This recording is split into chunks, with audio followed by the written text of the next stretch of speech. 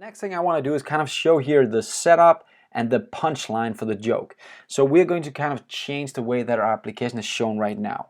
How do we do that? Well, we do that inside the HTML, right? So the HTML kind of has to now present the information that we got inside our joke right here. So it needs to show first the setup, then a small line or something, and then the punchline.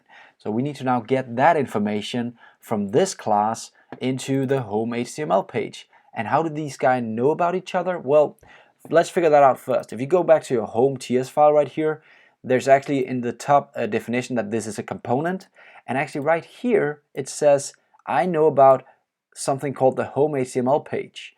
And that home HTML page, well, guess what? That's the page we have right here. So this is kind of how these guys know about each other, right? So this guy knows about this guy because we have the link right here in the TS file. But how do we then get the joke? Well, when you're working with Ionic, all you have to do is kind of just say curly brackets times 2. There we go. So curly brackets start and curly brackets end.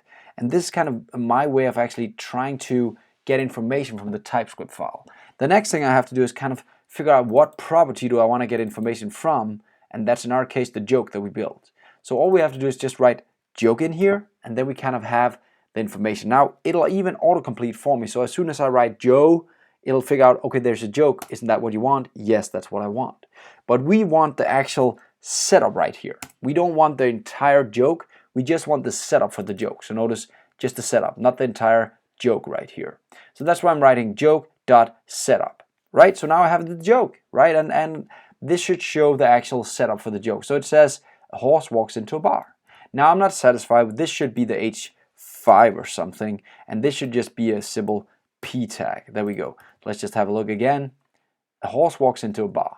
And then below that, we're just going to add a few lines, and let's just put those as H3, and just, actually we could just make a horizontal line right here. So let's just make an HR. And there we go. Now we have kind of a horse walks into a bar and a small line. And then right after that, we're going to put in the punchline. Now we should just do the exact same thing right here, but now it's just getting the punchline instead of getting the setup. And notice a horse walks into a bar. The bartender says, why the long face?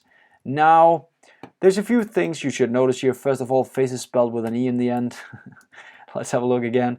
Why the long face? Now we can now make it pretty. You can make it structured differently, but you have the data, right? So now you know that your HTML file talks to your TypeScript file by actually getting the data through this curly bracket markup, right? So that's just how you do it. Now I want to get data from the TypeScript file. I can do that by putting in this double curly bracket. So now we can show the data. Next lesson we'll just have more fun. See you next time.